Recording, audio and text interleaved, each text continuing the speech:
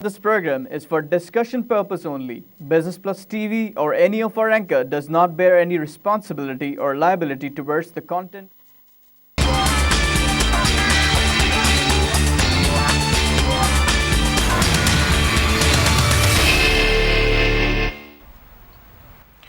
बिस्मिल्लाहिर्रहमानिर्रहीम, अस्सलाम वालेकुम नाज़रीन। Programme live wire in focus में मैं हूं आपका मेज़बान डॉक्टर अतहर अहमद।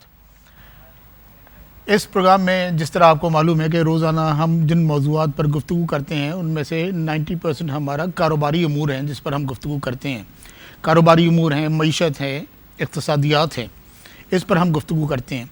आज हम जिस मौज़ू पर गुफ्तगू करेंगे ये भी एक बहुत इम्पॉर्टेंट टॉपिक है और इस इम्पॉर्टेंट टॉपिक से हमारे पास हमारी मईशत का मुस्तक़बिल इस पर इन्हिसार करता है, हमारी नौजवानों की एंटरप्रेन्योरशिप इस पर इन्हिसार करती है और पाकिस्तान की मईशत और इक़्तिसादियात का बहुत बड़ा इम्पॉर्टेंट रोल है।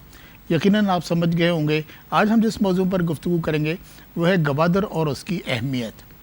और इस मौजू पर गुफ्तगू करने के लिए हमारे पास जो साहब तशरीफ़ फरमा हैं, आप कर्नल मकबूल आफरीदी साहब। कर्नल मकबूल आफरीदी साहब तो FPCI की स्टैंडिंग कमेटी फॉर गवादर के चेयरमैन भी रह चुके हैं और अब गवादर के कंसल्टेंट के तौर पर आप काम कर रहे हैं और कारोबारी हल्के में बाबाए गवादर के नाम से भी आप जाने पहचाने जाते हैं। कल साहब, सबसे पहले तो बहुत बहुत शुक्रिया आपकी तशरीफ़ आवरी का, आपने वक्त निकाला और आप हमारे प्रोग्राम में तशरीफ़ लाए। Thank you very much. मैं अपने सवाल शुरू करने से पहले मैं सबसे पहले ये बात करना चाहूँगा आपसे कि कल साहब, गवादर एक कोस्टल एरिया है पाकिस्तान का।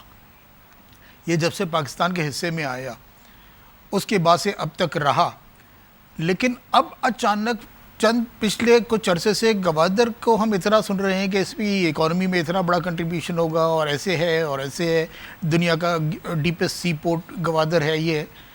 तो इसकी अहमियत का अंदाज़ा इतनी देर से क्यों हुआ और इसकी अहमियत दरअसल है क्या, ये मैं आपसे सुनना चाहूँगा। बिस्मिल्लाहिर्रहमानिर्रहीम। Thank you very much doctor साहब आप बुलाने का।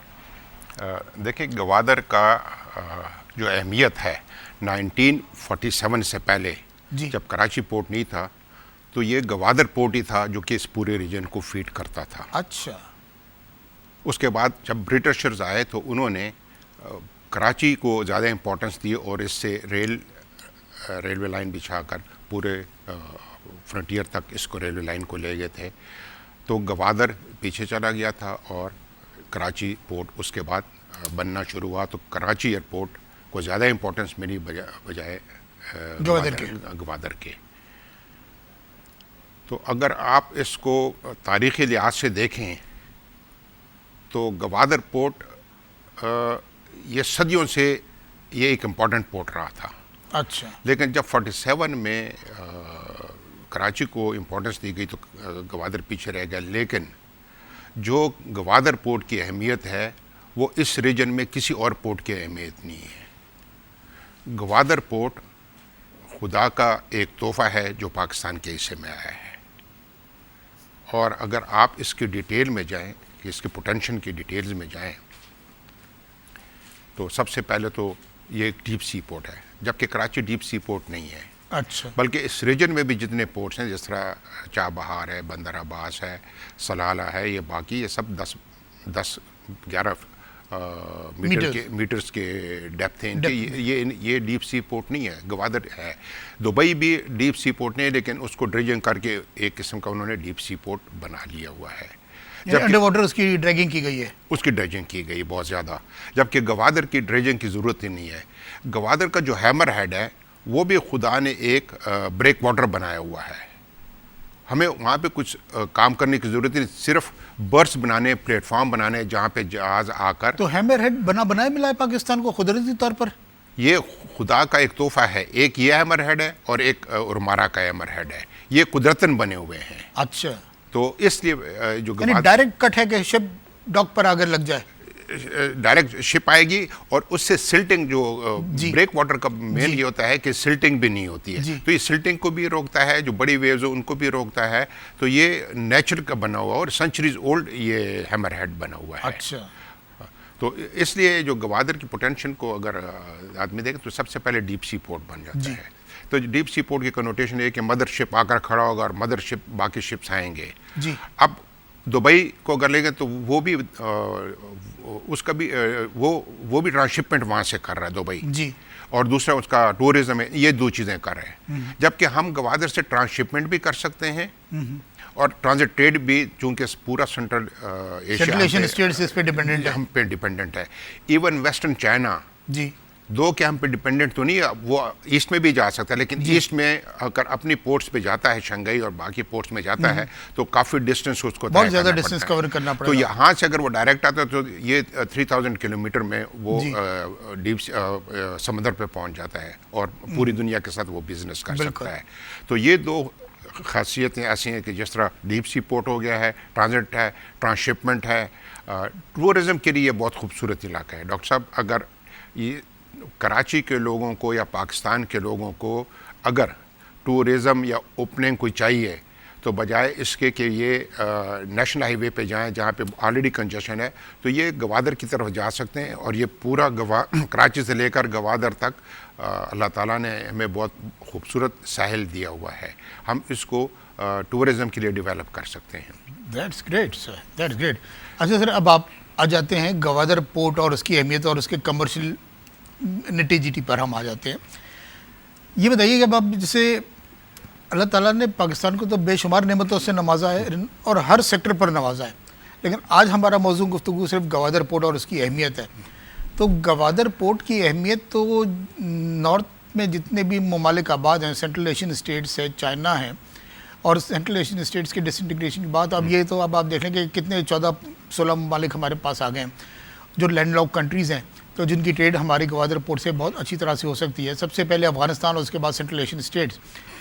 तो why only China, why not any other country from central Asian states? कि सिर्फ चाइना को ये ख्याल क्यों आया कि वो इस पर काम करे?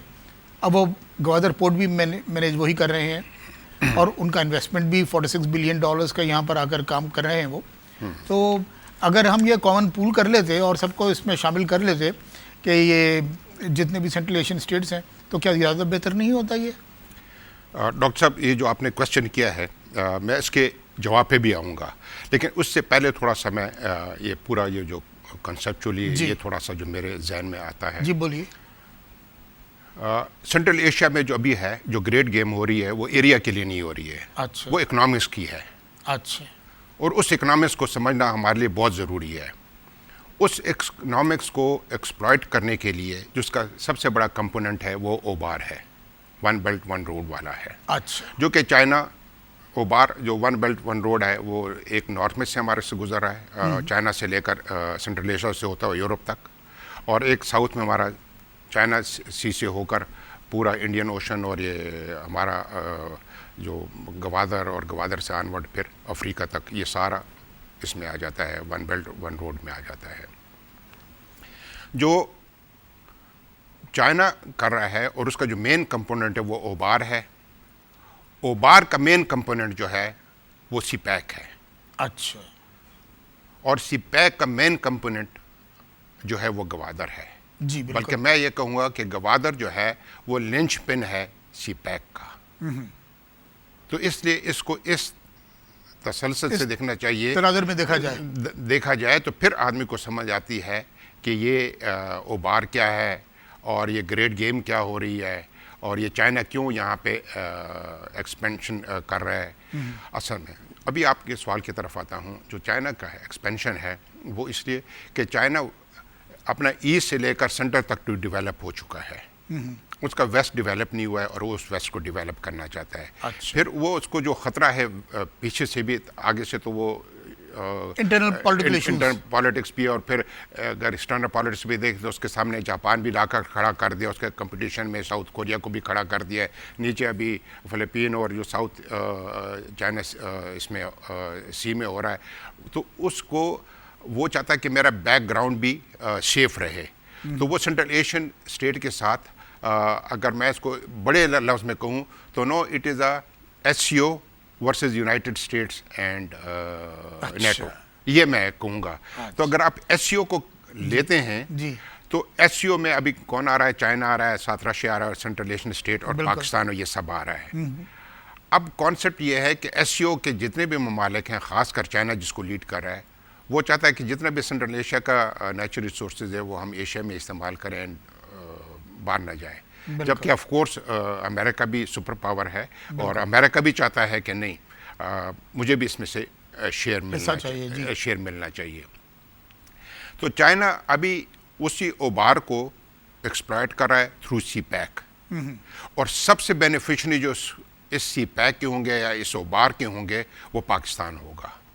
अच्छा, गवादर से फिर आप थोड़ा सा अगर आप इसको अफ्रीका की तरफ ले चलते हैं तो स्टोन थ्रो अवे डिस्टेंस पे हमारे साथ अफ्रीका की ये है पोर्ट्स हैं। बिल्कुल। तो हम इस सी पैक में या इस उबार में पूरा एशिया अफ्रीका तक जा सकते हैं, अफ्रीका तक जा सकते हैं। ठीक है, तो मेरा तो अपने ये कॉन्सेप्ट बन रहा है कि हमें इस पे सोचना चाहिए कि ये सी पैक सिर्फ गवादर तक महदूद नहीं है, इसको आप नीचे भी ले जाए, मिडिल ईस्ट में भी ले जाएं और अफ्रीका में भी ले जाएं। अगले फेज में ये काम हो जाए तो देखें, इसका जो फेजेस वाला काम है ना जी, वो फेजेस का काम ऐसे होगा, जो मैंने इस पे सोचा कि सबसे पहले आप सी पैक बनाएं। सी पैक में जो सबसे पहले आपने बनाना है वो गवादर है, गवादर का पोर्ट ऑपरेशनल करना है।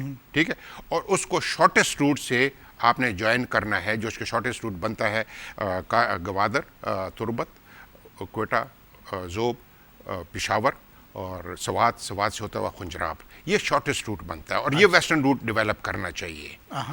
इसको ज्वाइन कर देना चाहिए खुंजराब के साथ। ठीक, फर्स्ट स्टेप में ये हो जाएगा। सेकंड स्टेप में जो आपका भी सवाल आता है कि सेंट्रल एशियन स्टेट्स को, मैं भी इनको कहता हूं कि देखें, जब आप वेस्टर्न रूट डिसाइड कर रहे हैं तो आप इसके साथ सेंट्रल एशिया को भी लें। बिल्कुल। उसकी वजह यह है कि सेंट्रल एशिया से 3 रास्ते आपके पास आ रहे हैं। एक तोरखम के, एक नॉर्थ में भी आता है चतराल से, अभी तक डेवलप नहीं हुआ है।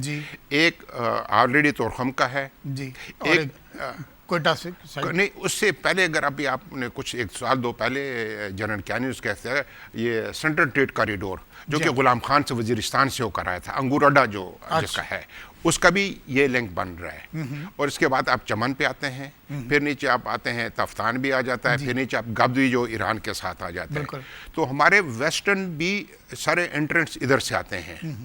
चाइना को स्ट्रेट हमारा नॉर्थ की तरफ जा रहे हैं, तो हमारा बजाय इसके कि ये रोड जो चाइना की तरफ जा रहा है ये हम ईस्ट से पंजाब से जाएं, बल्कि इसको जितना वेस्ट की तरफ से करते हैं और इन एंट्रेंस को इसके नज़दीक लाते हैं, तो हम इसको भी डेवलप करना चाहिए। सेंट्रल एशियन का भी, सेंट्रल एशियन के साथ तो एक ही इन्वेस्टमेंट में बहुत सारे ममालिक शामिल हो जाएंगे। यही तो मैं कह रहा हूँ कि अच्छा, रोजाना आप मोटरवे तो रोजाना तो नहीं बनेगी, मोटरवे तो एक ही बनेगी ना। बिल्कुल।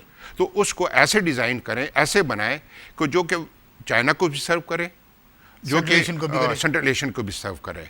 लेकिन मैं आपको ये भी बता दूं, मैं अपने जो मेरी स्टडी है इसमें मैं ये कहूँगा कि इंडिया को भी लेटेस्ट स्टेज में, दो कि इट इज़ इंडिया भी ये तो एक पॉलिटिकल इशू है जो कि हमारा इंडिया का बिजनेस का है, तो वो भी बाद में इसमें शामिल हो सकता है। अच्छा, हाँ, तो अच्छा, इस तरह जब आपको सेंट्रल एशिया आपने कर लिया, इसमें कार्स को कर लिया इंक्लूड, तो फिर मैं इससे आगे जाता हूँ। मैं कहता हूँ इसको फिर ईसीओ को भी आप साथ रखें।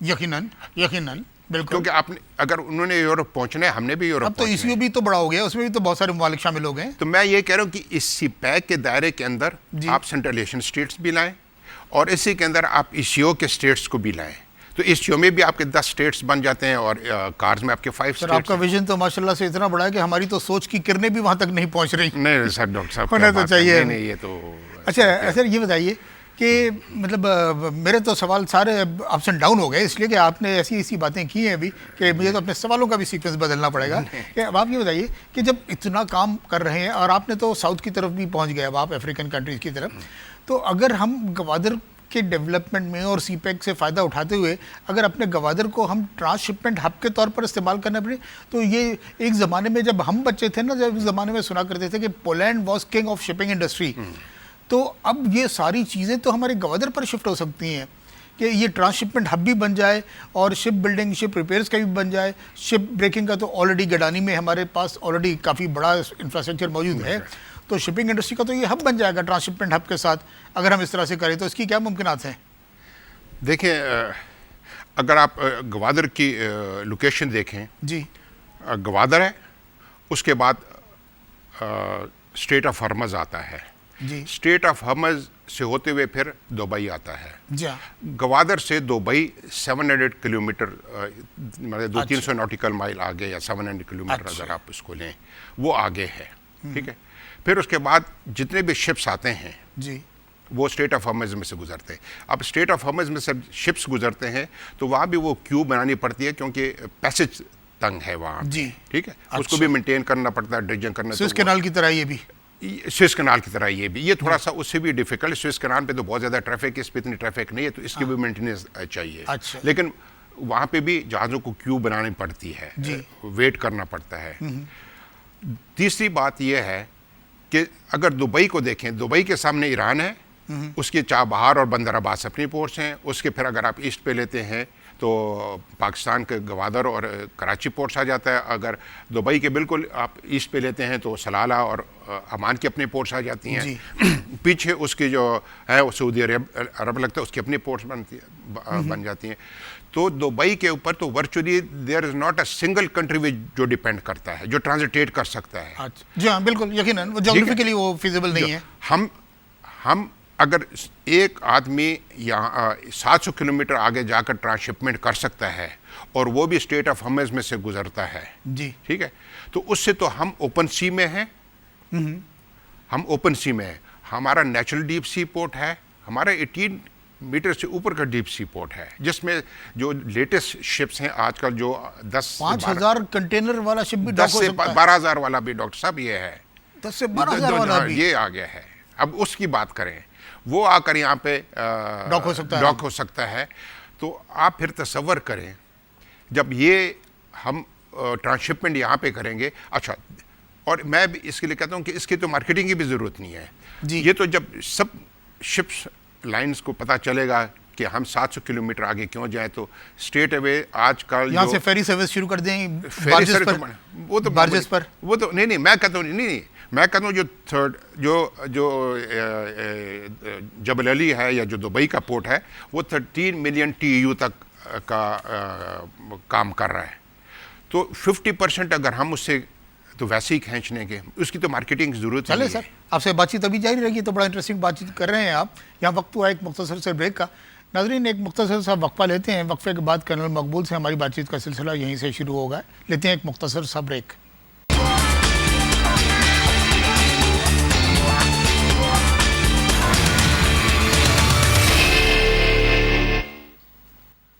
नाज़रीन, programme live wire in focus में दोबारा खुश आमदीद। हमारी बातचीत का सिलसिला कर्नल मकबूल आफरीदी से वहीं से शुरू होगा जहाँ से सिलसिला मुनक़ते हुआ था।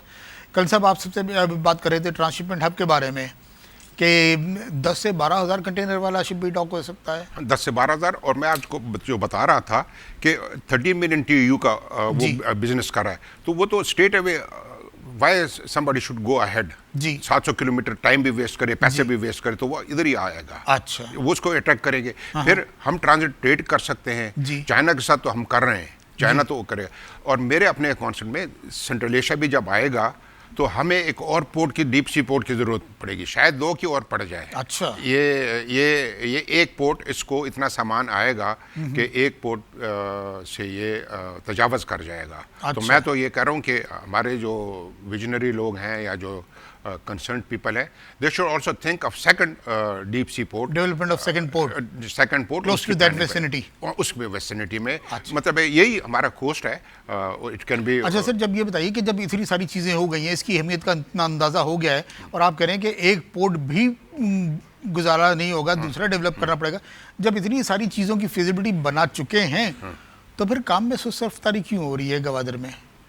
देखें सर, बात ये है कि ये पोर्ट चलाने के लिए हमें प्रोफेशनल चाहिए। सीपैक को चलाने के लिए हमें एक प्रोफेशनल बोर्ड चाहिए, फोरम चाहिए, अथॉरिटी चाहिए, कमेटी चाहिए, जो कि जिसमें कम से कम 50 से 100 PhD अच्छा क्वालिफाइड लोग हों इसके लिए, तो ताकि इसके विजन को उजागर कर सकें, इसका विजन दें। इसका विजन देना किसी पॉलिटिशियन का या मिलिट्री मैन का या हमारे जैसे आदमियों का काम नहीं है। ये विजनरी लोग हैं, एजुकेटेड लोग हैं, प्रोफेशनल्स हैं, उनको आगे आना चाहिए। जब पाकिस्तान को आइंदा 20 साल बाद, 50 साल बाद देखें, नहीं मैं समझा नहीं आपकी बात कि सर जो पाकिस्तान का मुस्तकबिल देखें, आज बैठे आज के दौर में, लेकिन पाकिस्तान को आज से 20 साल बाद देखें। नहीं, 20 साल बाद मैं तो कहता आज काम शुरू करें जी। और आज ही देखें आप। अच्छा, उसकी वजह यह है कि टेक्नोलॉजी इतनी फास्ट आ गई है कि वो घर जो पहले सालों में बनते थे, टेक्नोलॉजी को देखें ना, ये वो प्री फैब्रिकेटेड आपको हफ्तों में महीनों में मिल जाते हैं, तो आपको फ्रूट्स इमीडिएटली मिलना शुरू हो जाएंगे। बिल्कुल बिल्कुल। तो इसलिए मैं कहता हूँ कि ये जो इसकी हम बात कर रहे थे विजन की, कि विजन के लिए एक बोर्ड बैठेगा, वो कैलकुलेट करेगा कि कितना कार्गो चाहिए होगा, कितना चाइना का एक्सपोर्ट कितना होगा, इंपोर्ट भी होगा, क्योंकि चाइना इंपोर्ट भी तो करेगा। तो इसका मतलब आपको इकोनॉमिस्ट चाहिए, पीएचडी का जो आपने जिक्र किया। वही मैं कह रहा हूँ, इसमें इकोनॉमिस्ट में नहीं चाहिए, इसमें जुडिशरी के लोग भी होने चाहिए, इसमें मीडिया के लोग भी होने चाहिए, इसमें मिलिट्री मैन के भी होने चाहिए, क्योंकि इसके अंदर क्योंकि सिक्योरिटी अफेयर्स भी शामिल है। तो ये एक जब बोर्ड बनेगा, अथॉरिटी बनेगी, तो उसमें जब ये प्रोफेशनल होंगे, दे कैन थिंक, और वो फिर आपको बताएंगे कि नहीं हमें एक पोर्ट और चाहिए और रोड कहाँ से जाना चाहिए, ये सब चीज़ें उनके जिम्मे होनी। अच्छा, चलिए सर, अब आप एक बात बताइए कि हमने गवादर की अहमियत पे बात की, बहुत अहमियत है, गवादर पोर्ट को बनना है, गवादर पोर्ट बन रहा है और बहुत अच्छा बन रहा है, टेक्निकल सारी फैसिलिटीज़ में मौजूद हैं। लेकिन अगर आप देखा जाए तो गवादर में इतनी एंटरप्रेन्योरशिप के अपॉर्चुनिटीज़ मौजूद हैं, गवादर के डेवलपमेंट में कितने कमर्शियल एक्यूमेंट की ज़रूरत है, ये सारी चीज़ें चाहिए। जब तक लोग जाएंगे नहीं तो ये चीज़ कैसे होगी? तो गवादर में साथ साथ सीपैक के प्रोजेक्ट से हटकर हमारे लोकल एंटरप्रेन्योर्स को क्या इस बात की ज़रूरत नहीं है कि वो वहाँ जाएं और वहाँ पर कोई बोर्डिंग फैसिलिटीज़ को डेवलप करें? कोई जाएगा तो वो वहाँ पर काम करेगा, कोई अगर जाता है तो उसके पास फिज़िकल इंफ्रास्ट्रक्चर इतना मौजूद है गवादर में कि वहाँ पे इतने सारे लोगों की मेहमान नवाजी कर सके, इतने सारे लोगों की ट्रांसपोर्ट रिक्वायरमेंट पूरी कर सके, इतने सारे लोगों की बोर्डिंग एंड लॉजिंग को वो रिक्वायरमेंट पूरी कर सके। डॉक्टर साहब, मेरे इसके मुताबिक जब हमें ये $45 बिलियन मिले हैं जी, तो $45 बिलियन में $33 बिलियन तो उन्होंने पावर प्रोजेक्ट्स में ले जी, ठीक है, और बाकी $12 बिलियन इंफ्रास्ट्रक्चर में आ गया है। $45 बिलियन में गवादर को $1 बिलियन से कम पैसा मिला, वो भी 7 प्रोजेक्ट्स के लिए। अच्छा, जबकि मेरे अपने इसके मुताबिक थिंकिंग के मुताबिक सबसे पहले हमें कम से कम $10 to $20 बिलियन गवादर पोर्ट को देने चाहिए थे और गवादर पोर्ट को ऑपरेट करना चाहिए था और उसको लिंक करना था जी। यही हमारी रिक्वायरमेंट है और यही चाइना की रिक्वायरमेंट है, ठीक है। उसके बाद ये पावर प्रोजेक्ट्स आते हैं, लेकिन ऐसे नहीं हुआ। अभी पावर प्रोजेक्ट्स पहले बन रहे हैं, इसके बाद इकोनॉमिक जोन आएंगे, उसकी अभी तक कोई प्लानिंग नहीं हुई है। एक्सपोर्ट प्रोसेसिंग जोन्स आएंगे, एक्सपोर्ट प्रोसेसिंग जोन्स आएंगे, ये सब चीज़ें आएंगी, तो इसके लिए चाहिए था। मैं तो ये कहता हूँ कि गवादर को डेवलप करने के लिए सबसे तो पहले वहाँ के लोकल लोगों को कॉन्फिडेंस में लेना चाहिए। इसके अलावा जो बलूचिस्तान का प्रोविंस है उसको कॉन्फिडेंस में लेकर उसकी रिप्रेजेंटेशन हर कमेटी में होनी चाहिए, क्योंकि ये पोर्ट बलूचिस्तान में बन रहा है, ठीक। और जो आपका सवाल था, मैं तो ये कहूँगा कि सीपैक के आने से पहले या गवादर के डेवलपमेंट के होने से पहले कुछ पैसे ये मुख्तस करते, जिसमें डिस्टिनेशन प्लांट लाते, पानी का बंदोबस्त करते, बिजली का बंदोबस्त करते और रोड इंफ्रास्ट्रक्चर का बंदोबस्त करते। ये 3 चीज़ें गवर्नमेंट ने देनी होती हैं। तो ये अगर इसी $45 बिलियन में से 15-20 बिलियन रुपीस भी निकाल रहे थे ना, तो ये सब कुछ बन जाता, तो लोग वहाँ पे खुशी से जाते और एंटरप्रेन्योर के लिए भी। ये बताइए सर, एक्सपोर्ट प्रोसेसिंग जोन्स की डेवलपमेंट पर किस रफ्तार से काम हो रहा है गवादर में? क्या वो बन रहे हैं या सिर्फ अभी तक कागजों में है? मैं तो ये कहूँगा कि अभी तक ऑन ग्राउंड कुछ भी नहीं है। ऑन ग्राउंड कुछ भी नहीं, कुछ भी, और न अभी तक इस पे क्लियर है और न अभी तक कोई इस पे गवर्नमेंट की पॉलिसी आई है। हम बहुत पीछे हैं। अच्छा। हम प्लानिंग में बहुत पीछे हैं, जबकि हमें प्लानिंग बहुत आगे की करनी है और लोगों को साथ लेकर चलना है। देखें, जो चाइना है वो intellectually, education wise, business wise हम लिहाज से हमसे बहुत आगे है। हमें मेहनत करनी पड़ेगी कि उसके साथ स्टेप लेकर चलें। अगर वो नहीं चलेंगे तो हम पीछे रहेंगे और फिर वही बात आ जाएगी। देखें, मैं एक और बात भी क्लियर कर देना चाहता हूँ कि we should not be the beneficiary of CPEC. अच्छा, हमें इसमें खुद कंट्रीब्यूट करना चाहिए। मैं ऐसे नहीं है कि जी हम जैसे अरब्स थे कि तेल का पैसा आ रहा है और वो खाए जा रहे हैं, हम भी कहें कि टोल टैक्स आएगा, पैसे आएंगे और हमें भी सरमायाकारी करनी पड़ेगी। हाँ नहीं, हमें भी सरमायाकारी के जो बिजनेस है उसमें अपने आप को कंट्रीब्यूट करना है और डेवलप करना है। बिल्कुल, ये हर चीज़ तो हमें चाइना बनाकर नहीं देगा ना। नहीं, चाइना वही, इसमें जो हमारे लोग जाएंगे उनको जॉब्स मिलेंगी, अपॉर्चुनिटी जॉब क्रिएट होगा। तो इसलिए हमें अपॉर्चुनिटीज़ को एक्सप्लॉइट करना चाहिए अपने एडवांटेज के लिए। तो सर ये एक्सपोर्ट प्रोसेसिंग जोन का अभी तक कागज़ों में है, तो आखिर उस पोर्ट का क्या फ़ायदा होगा जब एक्सपोर्ट प्रोसेसिंग जोन्स डेवलप नहीं होंगे? तो ऑप्टिमम यूटिलाइजेशन तो गवादर पोर्ट का नहीं होगा, सीपैक का ऑप्टिमम यूटिलाइजेशन नहीं होगा, इसलिए कि हमारे पास एक्सपोर्ट प्रोसेसिंग जोन्स नहीं है। ज़ाहिर है जब इसकी प्रोडक्शन आएगी तो फिर लॉजिस्टिक की भी ज़रूरत पड़ेगी, शिपिंग इंडस्ट्री की भी ज़रूरत पड़ेगी, सीपैक और ट्रांजिट रेट सब चीज़ की ज़रूरत पड़ेगी। तो इस पर क्यों नहीं काम शुरू हुआ अभी तक? देखें डॉक्टर साहब, अभी तक तो पोर्ट ऑपरेशन ही नहीं हुआ है। ठीक है, पोर्ट आज कल हो जाएगा। जो सबसे इम्पोर्टेंट चीज़ है जी, पोर्ट एक्सपोर्ट प्रोसेसिंग जोन का जो कॉन्सेप्ट है वो तो यही होगा कि जो रोड्स या ये रूट्स बनेंगे उसके ऊपर बनेंगे। अभी तो रूट्स पे भी जो तयन हो रहा है, एक ईस्टर्न है, एक सेंट्रल है, एक वेस्टर्न है, उनका भी अभी तक क्लियर नहीं है, लेकिन सर्टेनली अभी थोड़ा बहुत क्लियरिटी आ रही है जब ये गवर्नमेंट बता रही है, लेकिन अभी तक वेस्टर्न रूट का वेरिएंट। इसके बाद सर, अच्छा ओवरऑल अगर मैं आपसे एक सवाल करूं कि जस्ट मुझे बता दीजिए कि ओवरऑल कॉन्सेप्ट सीपैक का क्या है? क्या देखना चाहते हैं आप पाकिस्तान को आगे 10 साल बाद, 15 साल बाद, 20 साल बाद? देखें डॉक्टर साहब, ये तो आपके ईच डे पैसा मल्टीप्लाई करेगा सीपैक। अच्छा। सीपैक का कॉन्सेप्ट तो यही था कि जैसे मैंने पहले भी आपको बताया कि सीपैक चाइना बनाना चाहता है ताकि उसको एसेस मिले और जो डिस्टेंस वो 4-5 हफ्ते में तय करता है दुबई पहुंचने, दुनिया में पहुंचने के लिए, वो 1 हफ्ते में पहुंच जाए। ठीक है, ये उसका बेसिक एम था, जिसमें मैंने ओबार में भी ये सीपैक का बताया। लेकिन सीपैक का जो मेन कॉन्सेप्ट वही है कि गवादर को ऑपरेट करें। गवादर ऑपरेट होगा, गवादर लिंक होगा सेंट्रल एशिया के साथ, तो बिजनेस स्टार्ट हो जाएगा आपका। उसके बाद फिर आपको पावर प्रोजेक्ट्स भी चाहिए। हमें पावर प्रोजेक्ट्स चाहिए, इसमें कोई शक नहीं है। हमें इसमें भी कोई शक नहीं है कि पंजाब को रास्ते चाहिए गवादर पोर्ट तक पहुंचने के लिए। गवादर को हमने पाकिस्तान के हर शहर से जोड़ना है, लेकिन जहन में आपकी ये रहे कि गवादर जो है वो पाकिस्तान के लिए नहीं बना है। गवादर अगर बना है तो वो इंटरनेशनल तनाज़ुर में, बाकी जिसको चाहिए वो अपने लिंक्स बना लें, वो लिंक्स बना लें। सिर्फ आपने मेरे अपने इसके मुताबिक 2 मोटरवे बनने चाहिए इनिशियली, एक ईस्ट ऑफ इंडस और एक वेस्ट ऑफ इंडस। और एक ईस्ट ऑफ इंडस जो है वो कराची से आप जोड़ें, क्योंकि देखिए ईस्ट ऑफ इंडस आपकी 80% आबादी है। ठीक है, आपने इसको भी इग्नोर नहीं करना है। तो यहाँ से ये सिंध से होती हुई चलती जाए, लाहौर से होती हुई, और वेस्ट वाली बलूचिस्तान से जाए, और वेस्ट वाली बलूचिस्तान से जाए और KPK में से जाए, और इसको लेटरल्स दे दें, इंटरलिंक कर दें। हाँ, इंटरलिंक तो होना जरूरी है ताकि हर शहर को शेयर मिल जाए इसका। तो शेयर मिल जाएगा। तो ये 2 पहले बनाए, ठीक है। उसके बाद, और उसमें भी पहले जो बनाए, ये ईस्ट वाला बना हुआ है, हमारा वाला अभी भी ईस्ट का जो रूट है ये लोड ले सकता है। हमें प्रायोरिटी वेस्टर्न को देनी चाहिए। अच्छा sir, Afghan transit trade Pakistan का एक बहुत बड़ा इशू है, राइट? और ये इसमें कमी बेशी चलती रहती है। हम इतने कॉर्डियल रिलेशंस मेंटेन नहीं कर रहे हैं। अफगान ट्रांजिट ट्रेड पहले हमारा एक मैटर ऑफ प्राइड था, अब इतना ज़्यादा नहीं रहा। तो इस सीपैक से अफगानिस्तान कितना बेनिफिशियरी हो सकता है?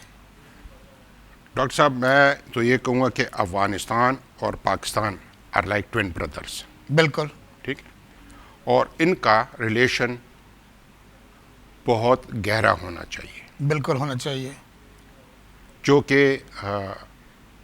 हमने मामूली बातों पे ये रिलेशन ख़राब कर दिया है। थोड़ा सा मैं एक सेंटेंस शामिल कर लूँगा कि ड्यूरल लाइन अगर 1 किलोमीटर पीछे या आगे या ईस्ट या वेस्ट को हो जाती है, उससे फ़र्क नहीं पड़ता है, और यही ड्यूरेंट लाइन रहेगी। जो पाकिस्तान के पास हिस्सा है ये पाकिस्तान के पास इंशाल्लाह रहेगा, और जो अफगानिस्तान का हिस्सा वो अफगानिस्तान का हिस्सा रहेगा। तो इसलिए ड्यूरेंट लाइन को मसला कश्मीर बनाकर हमें तल्लुकात अफगानिस्तान के साथ नहीं ख़राब करने चाहिए। बिल्कुल ठीक।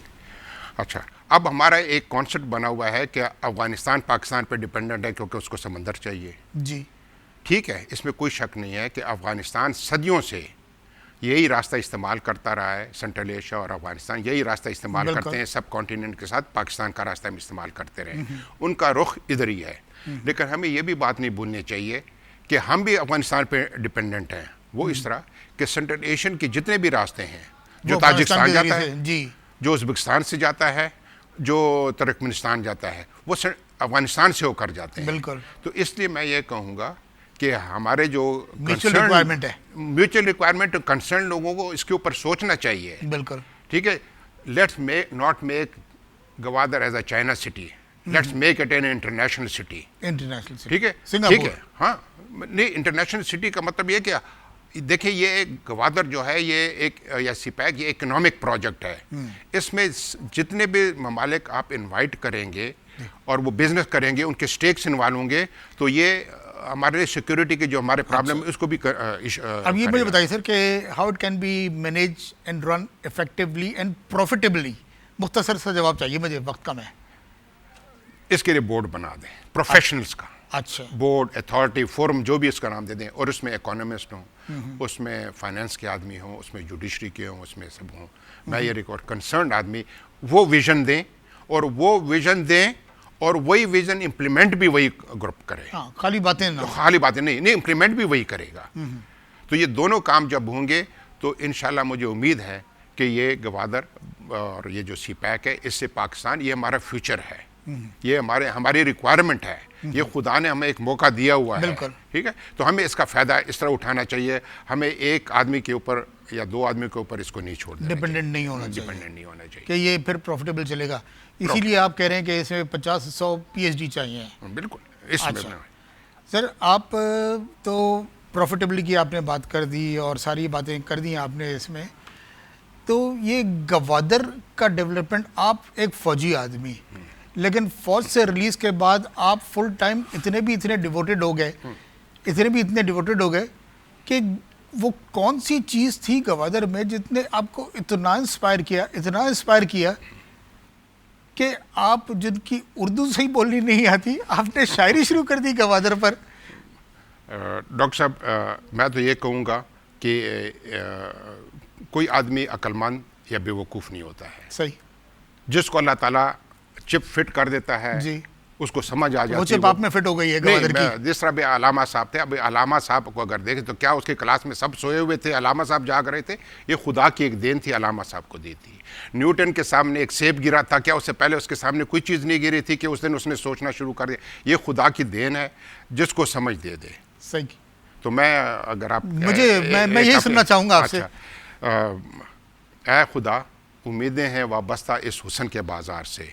हुस्न का बाज़ार मैं गवादर को कहता हूँ। ऐ खुदा, उम्मीदें हैं वाबस्ता इस हुस्न के बाज़ार से, बन गया है सबब परेशानी हमारी जान का, है मदावा भी तमाम परेशान हाल का, लिख दिया कातिब तकदीर ने, है यही मुकद्दर पाकिस्तान, है मेरा भी ईमान तामीर गवादर से वाबस्ता तरक्की पाकिस्तान।